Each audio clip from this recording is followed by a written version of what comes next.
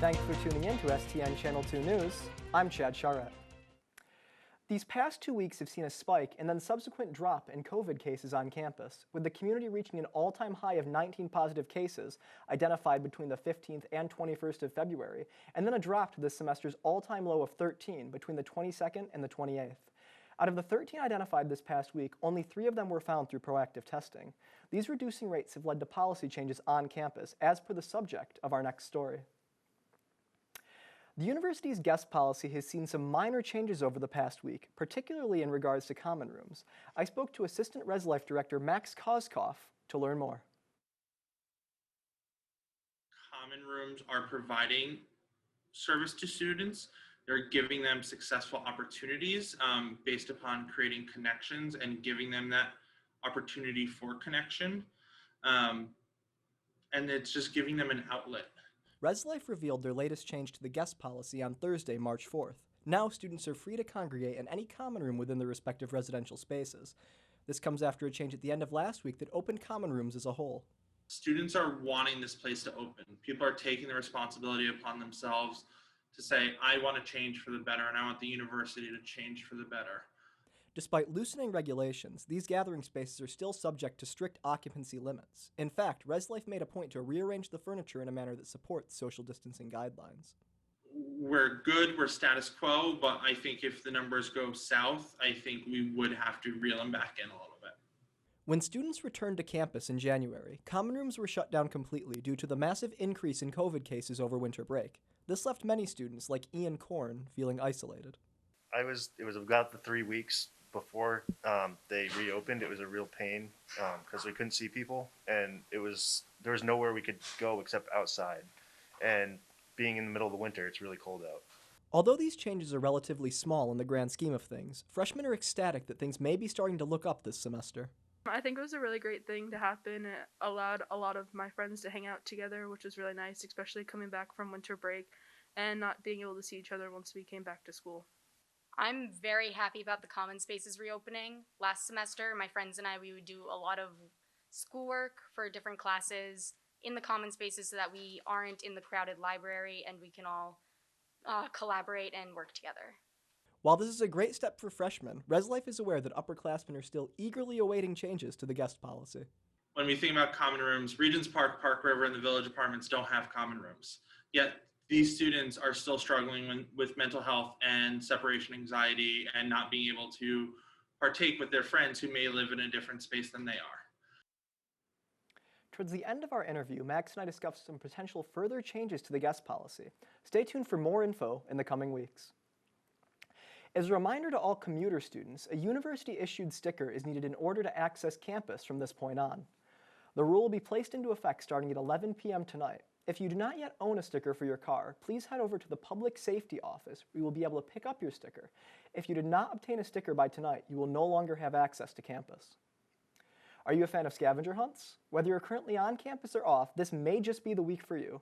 Starting yesterday and extending through the 9th, SGA is teaming UHeart students up and alumni in groups of 3 to 5 through the Scavify app and awarding prizes to the team with the most points. In the spirit of giving, teams that inspire others to gift money to the university will receive bonus points. The winners will be announced at the kickoff party on March 10th. Coming up after the break, a newly appointed Connecticut native takes the First Lady of the United States on a tour.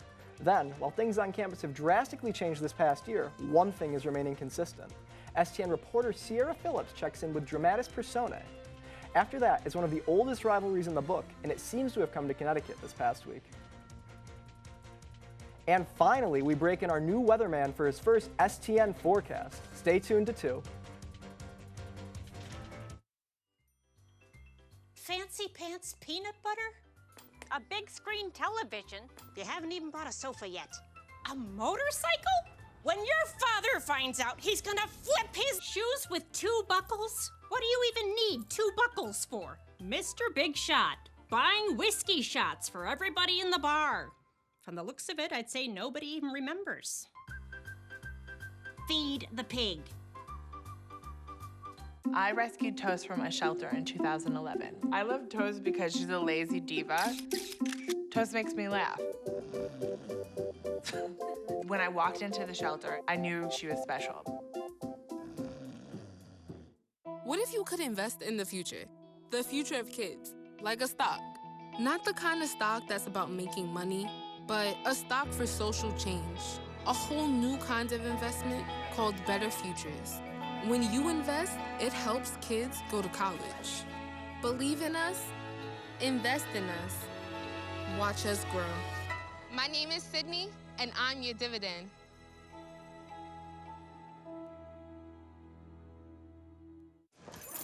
Hi. You think you're probably sober? Yeah. But you're thinking about taking the back roads home just in case. Why would you do that? Probably okay isn't okay. Call a cab, a car, or a friend. Good choice. We're bringing you the news as it happens on STN Channel 2. Good evening, ladies and gentlemen. My name is Stephen Benazzo, bringing you everything you need to know for this upcoming week in weather. Before we get to the future, however, let's take a quick look outside for the present. So obviously we could see it is sunny, but don't be fooled by that because it is really windy out there, super windy, cold temperatures. So if you plan on going outside, bundle up because you'll definitely feel the wind chill, and you can see it right there. The bushes, trees are blowing, so not quite that warmer temperatures that we've been expecting and wanting. So we can take a look at Friday's lows. So we could see U of H, 23 degrees, so pretty cold. But Stowe, all the way up north, 6 degrees, so freezing chill. And then New York City, 27, so warmer temperature than Stowe, but still pretty cold. Let's look at Saturday's highs. U of H, 32 degrees, so right at that freezing mark, so nothing special. But then Boston, 31 degrees, a little right around the same temperature, so still pretty cold. But NYC, New York City, 35 degrees, so definitely a little warmer over there. Let's look at Saturday's lows. U of H, 20 degrees, so really freezing temperatures, but Stowe, 2 degrees, so almost nearing those negative temperatures, definitely not ideal. And then Boston, 23, so definitely warmer than that, but still cool weather. Let's look at Sunday's highs. U of H, 34 degrees, so same thing, right above the freezing temperature point. But then Durham, 33, so a little less than U of H, but still right around that number. And then New Haven, 37, so warmer than both of those, almost 40 degrees, so we're slowly getting there. And let's look at the Sunday's lows. U of H, 21, back to those kind of freezing marks. Albany, 17 degrees, so a little cooler than that, and it'll definitely feel a lot cooler up there. And NYC, 25, so still pretty cool temperatures at night. And we can look at the 7-day forecast. So as we could see, earlier in the week, it's cooler temperatures in the 30s, sunny, which is good. But second part of the week, though, really warmer weather, reaching in the 50s, 60s, and I'm just looking forward to this warm weather. Right, Chad?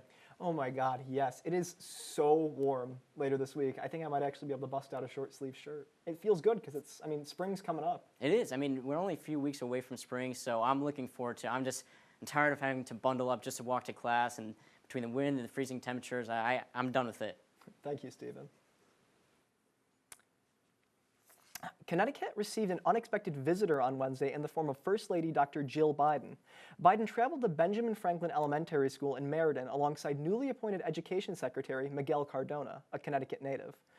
During her visit, the First Lady spoke to both students and teachers and called for a safe return to in-person learning. Biden also paid a visit to another elementary school in Waterford, Pennsylvania yesterday. And tonight, Dramatis Personae is presenting the Vagina Monologues for UHeart students, although they're going to look a tad different this year. Reporter Sierra Phillips has the scoop. The Vagina Monologues is an annual production which addresses everyday issues faced by women within the feminism community. The Vagina Monologues is both a book and a play by Eve Ensler, and they're both about existing as a feminine person in society, not only in America, but in other countries and around the world. And the message of the show really is empowerment, talking about issues that might be taboo or might not be normally talked about, and bringing light to them and normalizing them. Not only does the Vagina Monologue shed light upon feminist societal issues, but the proceeds from the show are given to women and children in need. We donate all the proceeds to charity. They go to My Sister's Place, which is a charity in Hartford that helps women and families kind of get back on their feet, which I think, especially in the coronavirus pandemic, is one of the most it's more vital than ever. Usually, the show is held in the Arbach Auditorium, but due to strict COVID guidelines and the pandemic, the production's rehearsals will be held digitally as well as the final performance via Zoom. To purchase tickets for the show, don't forget to follow their Instagram at UHA Dramatis Personae for necessary instructions to receive a link for the virtual performance. Sierra Phillips reporting for STN Channel 2 News. Thanks, Sierra. The Vagina Monologues will take place tonight virtually at 8 p.m. The Zoom webinar will open at 7:30 p.m. Make sure to follow their social media so you don't miss out on any updates. A 37-year-old Connecticut man is alleged to have used a Molotov cocktail to start a fire at an ambulance facility. Richard White is in custody in Pennsylvania on charges related to the fires, according to Meriden Police. White had been previously placed on administrative leave by the company after a disciplinary hearing. At this time, the suspect remains incarcerated in Pennsylvania until he can be extradited back to Connecticut. And as of Monday, the VA healthcare system is offering the COVID-19 vaccine to veterans of all ages in the state of Connecticut.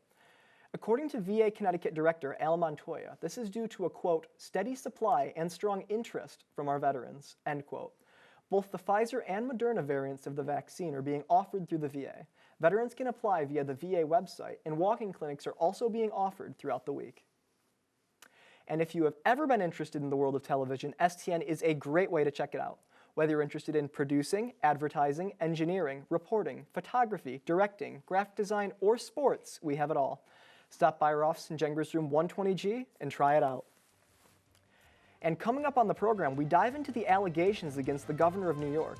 Then, a beloved children's book author has a checkered past, and it's coming back to bite him post-mortem. Finally, a COVID test is finally being developed that not only tests for the virus, but also lets off a little steam it's caused. Don't you touch that dial. Did you know kids who play outdoors have healthier lungs? Totally. I did. Did you know that boys that play with dolls make better husbands? My son has lots of dolls. But did you know terry cloth diapers breathe better? I did. It's totally true. Oh, yeah. Did you know that strollers have the right of way on a sidewalk? Yes. Yep, I did. Did you guys Did you know that kids who eat breakfast have higher GPAs? Yeah, I know. Yeah. That's actually what I was going to say.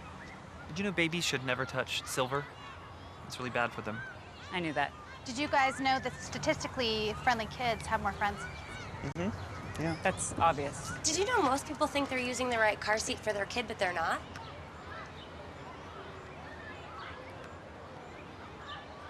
Parents who really know it all know for sure that their child is in the right seat at the right age and size. Visit safercar.gov/the right seat to make sure your child is protected. I'm putting that on my blog. I just put it in mine. Most of my family, they never graduated high school or even let alone go to college, so I'm trying to break that barrier. Every day after work, went straight to school, studied hard, and it paid off. I could not have done it alone. I see the future is really bright for me. The high school diploma is just added to the confidence, and now I feel unstoppable. Find free adult education classes near you at finishyourdiploma.org. And now, back to the news on STN Channel 2. If you have an idea for a story you would like us to investigate, or an event we should cover, let us know. Send us an email to tips@stn2.tv. Keep up with us online by liking our Facebook page, STN Channel 2, and make sure to get all of your campus news updates by following @STN2 on Twitter. A scandal continues to unfold regarding current New York Governor Andrew Cuomo after two of his former administration aides have accused him of sexual harassment during their employment last month. As of Monday, a third victim came forward claiming she faced an unwanted advance from Cuomo at a wedding, thus amplifying calls from the third-term Democrat to resign. In response, Cuomo apologized on Wednesday in his first public appearance since the accusers came forward, but also made a clear refusal to step down. New York Attorney General Lolita James is currently poised to lead the investigation into the allegations. The American Rescue Plan, which was passed by the House last week, is a $1.9 trillion relief package proposed by President Biden. This plan would grant those earning under $75,000 a year a $1,400 stimulus check. Single Americans are making more than $80,000 a year, and couples making $150,000 to $160,000 are no longer eligible to receive these checks. This relief plan would also put more money into unemployment benefits, small businesses, and schools, and giving families with children a bigger tax break. This bill is expected to pass by the weekend. For over a month, the nation of Myanmar has been engulfed in a bloody coup. As time has gone on, the military has become increasingly violent towards pro-democracy protesters. We go to the road and then we fight for our democracy, but they shoot to my brother and the military coup, and we really want the democracy. The coup started on February 1st, when Myanmar's democratically elected ruling party was deposed by the military. The nation's leader, Aung San Suu Kyi, was detained after military deemed the results of the 2021 election fraudulent.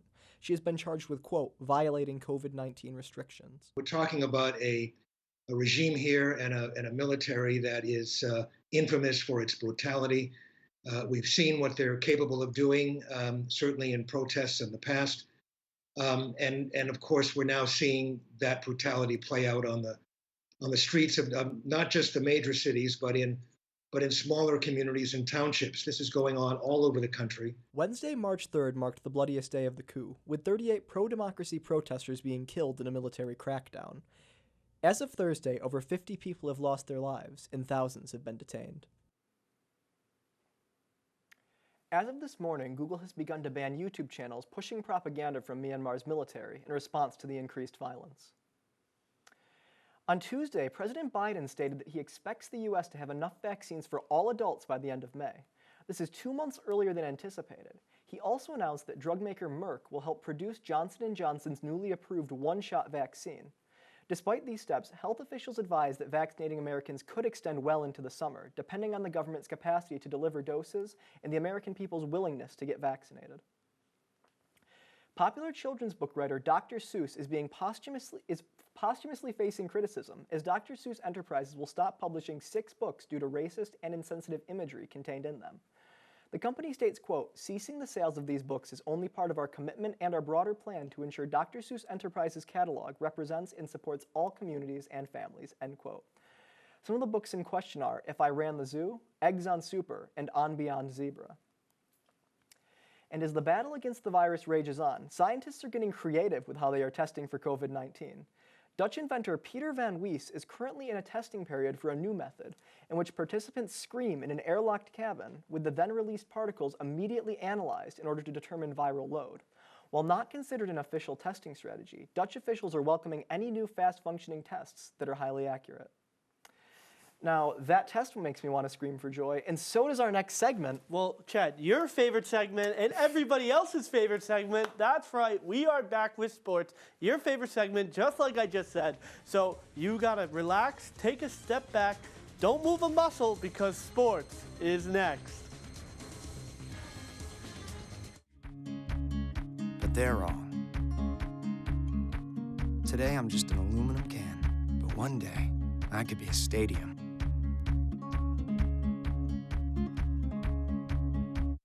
Drop that baby.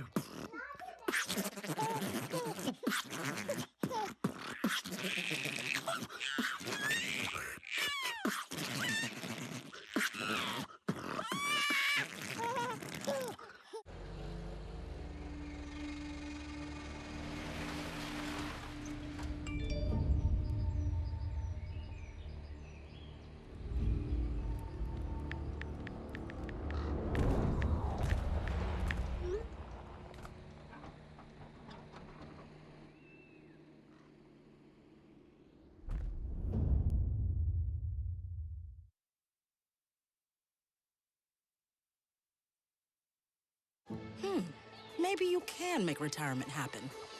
After all, you made this vacation happen. Double points with every purchase? Cleverly merging promotions. I love it. Cross-referencing travel sites. And booking all your flights with those... Vouchers. I got us bumped. They were like, oh. But now they're like... Aloha. You aced this vacation. Now get the tips you need to get on track at aceyourretirement.org. And now, STN Channel 2 Sports. so much to talk about with the Watt free agency coming to an end, a health scare for the Yankees, and an update on the U-Heart men's basketball team. So let's hop right into it. This past week, the J.J. Watt free agency saga finally came to an end when he agreed to a 2-year deal with the Arizona Cardinals worth $31 million with $23 million guaranteed. He now joins one of the best up-and-coming teams in the NFL with star players including quarterback Kyler Murray, Watt's former teammate in Houston, wide receiver DeAndre Hopkins, and joins a dominant defense with safety Budda Baker. Watt, now 32, hopes he can be able to add more achievements to his illustrious career, maybe even a Super Bowl. The men's basketball team season got cut short, but they still have the America East tournament continuing this weekend. I sat down with Coach Gallagher last week to talk about the season and preparation for the tournament. Well, I just choked. After seeing what had happened in the sports world for the past couple of months and how last season had ended for the Hawks, Coach Gallagher had trouble believing that the season would be played and finished. Expectations were low, but look, we're going to have to, as a society, every piece of society, we're going to have to somewhat carry on in a new normal. And that new normal is different for a lot of people and a lot of industries. But we have to figure a way. And I thought the administration here at Hartford did unbelievable in operating in the new normal. Coach Gallagher didn't have to change up his coaching style, even with the new regulations that he had to manage with due to COVID. You know, you have to change your coaching style as far as the preparation of what you wear and masks and in hand sanitizer. But I don't think you change who you are and what you're about and the way your passion in which you coach with. I think you got to stay the course with that. When on the sidelines during games, Coach Gallagher is one of the most energetic coaches you will ever watch. Where do I get it from? You know what? It's even more this year, I must say, because you have to bring it with no fans. The men's basketball team now enters the AE tournament and will be in a bubble and will not have to travel. It's a great advantage. Don't have to get on a bus. Don't have to stay in a hotel. Playing at home. We're 7-1 at home.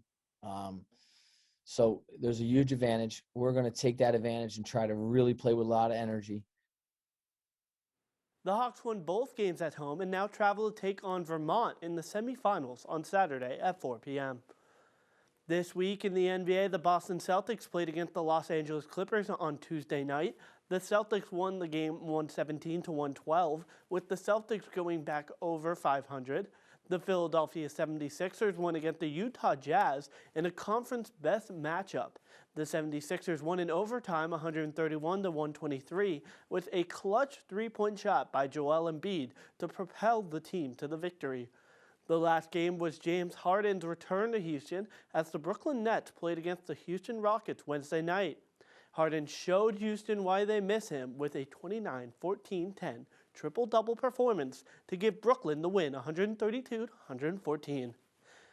Saturday night will be packed with UFC action. Peter Yan defends his bantamweight belt against Aljamain Sterling. The double champion Amanda Nunes defends her featherweight belt against Megan Anderson.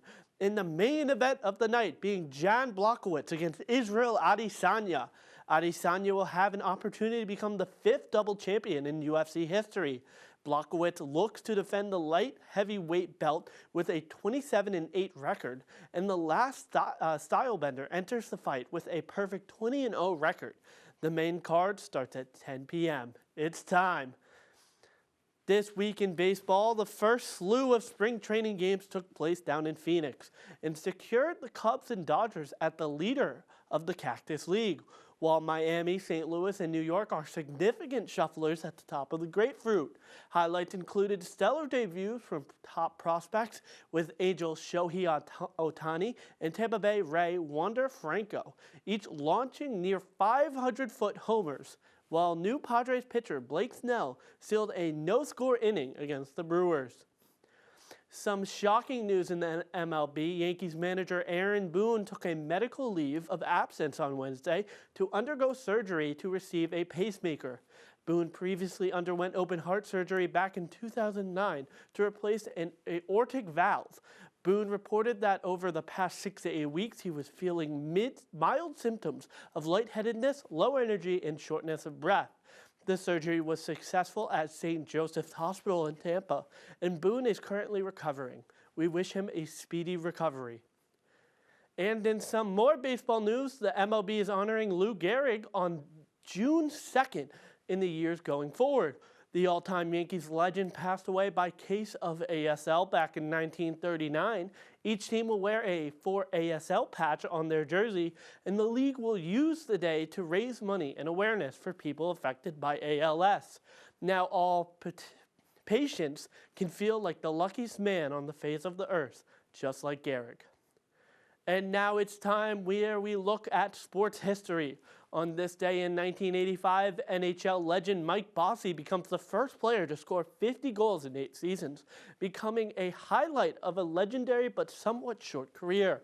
We will also go back to the year 1997, where the late great MLB manager Tommy Lasorda is inducted into the Baseball Hall of Fame, along with Nellie Fox and Willie Wills.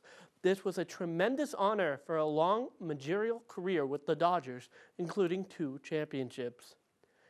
And for upcoming games, some exciting NHL play tonight. The Capitals and the Bruins finish off their 2-game series, with Charas return to Boston. The Red Hot Lightning travel to take on the young Blackhawks team, and finally a late night hockey with the Blues taking on the Kings. And on Saturday, we're only 1 week away from March Madness and plenty of college basketball to keep you busy all weekend. The America East semifinals with UMass Lowell taking on UMBC, and the Hawks travel to take on the Catamounts of Vermont. And on Sunday, interstate rivals with Michigan versus Michigan State and Oregon versus Oregon State. And finally, a full Sunday of NBA All-Star Weekend with the skills competition, 3-point contest, dunk contest, and finally, Team LeBron versus Team Durant to end the All-Star break. It's really, we're in an exciting time for sports right now. I mean, this is about a year ago when everything started to go on the decline. But I'm going to put it out there. I think March Madness is going to happen, and couldn't be more excited. I think things really are starting to look up in terms of COVID. I mean, we've got vaccines coming out. Biden said they're going to be coming out even earlier than we initially thought. So things may be improving, actually. I mean, improving with the weather, too. Definitely. We're going to get more daylight soon. Next weekend, daylight savings. Yes. Spring. I mean, lose an hour of sleep, but more sunlight. That's it. I can't wait. We do have a lot going on this weekend at UHeart. On a more somber note, we'd like to say that there is going to be a memorial service for a student that graduated last year, Sasha Stopaniak, who passed away about a week ago. It will take place on the village lawn at 4:30 tomorrow. But in some other news to do on campus, we have food trucks coming this weekend. It's a Chinese food truck tonight. We do have a Chinese food truck, and I think that the most exciting part, I mean, Chinese food's always exciting. Of course. But there is tonight, actually, STN and RHA have partnered up for a bingo night at 8 p.m. It's pretty exciting. Lots of prizes. I heard some of those pretty good prizes.